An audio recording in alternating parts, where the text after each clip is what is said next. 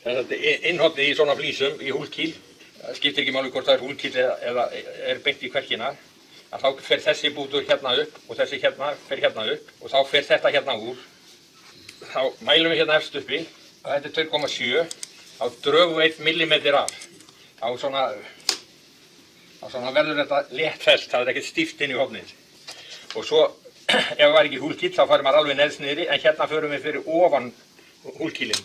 Það sem að þarna vegkurinn er orðinn beinn áður en að húlkíllinn fer að myndast. Mæli hérna, þetta er 2,5, þá höfum við 2,4 og sama hérna. Og hérna draugum við líka millimetri frá, þá höfum við 1 millimetr, dúkur er 2 millimetrar, þá höfum við millimetrin til þess að hafa þetta stíft og lokist. Þannig að við tökum ekki 2 millimetrana eins og dúkurinn er heldur bara 1 millimetr. Þá lesum við hérna, þetta er 2,7 og þá er það 2,6.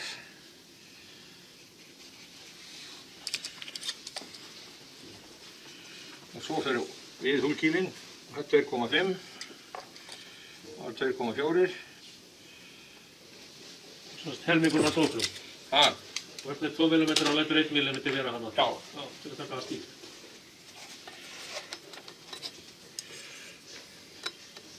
Og svo skerum við bara.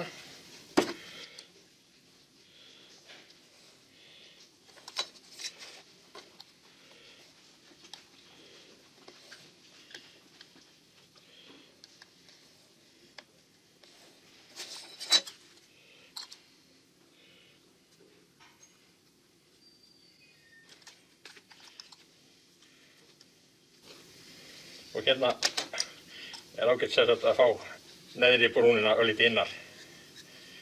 Þannig að hún snerti ekki fyrst og rífa ofan.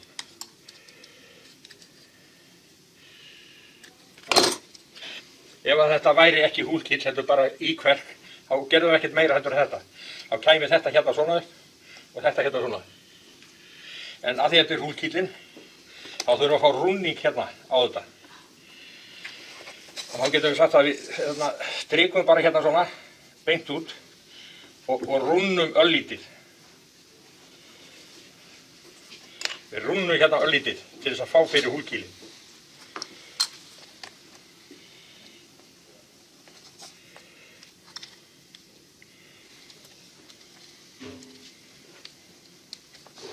Þá er þetta svona rúnningurinn fyrir húlkílinn. Þá leggjum við þetta hérna fyrst. Hérna.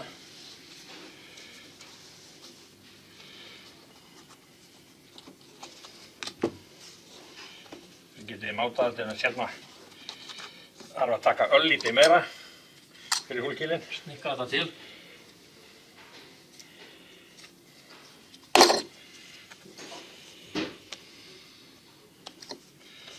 Og það er ágætt svona örlítið að hita þetta. Svona. Ég er ekkert að skera þetta, hérna skeri þetta bara.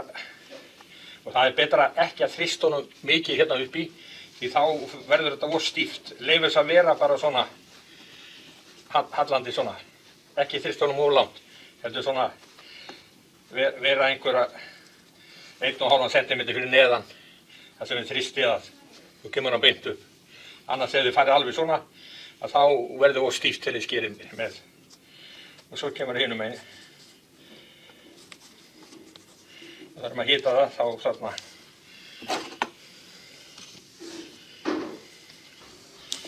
Og þá fellur þetta svona saman.